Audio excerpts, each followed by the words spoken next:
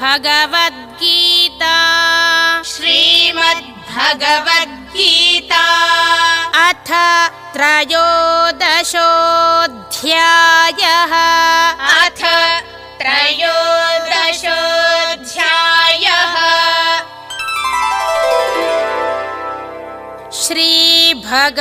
श्रीभगवानुवाच श्रीभगवानुवाच समं पश्यन् हि सर्वत्र समं पश्यन् हि सर्वत्र समवस्थितमीश्वरम् समवस्थितमीश्वरम् न हि नस्त्यात्मनात्मानम् न हि नस्त्यात्मनात्मानम् ततो याति परां गतिम् ततो याति परां गतिम् ॐ तत्सदिति ॐ तत्सदिति श्रीमद्भगवद्गीतासु श्रीमद्भगवद्गीतासु उपनिषत्सु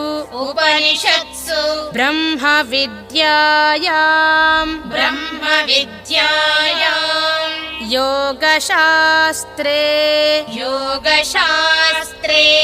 श्रीकृष्णार्जुनसंवादे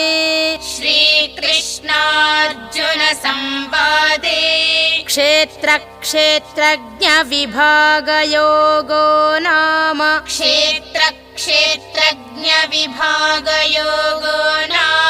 त्रयोदशोऽध्यायः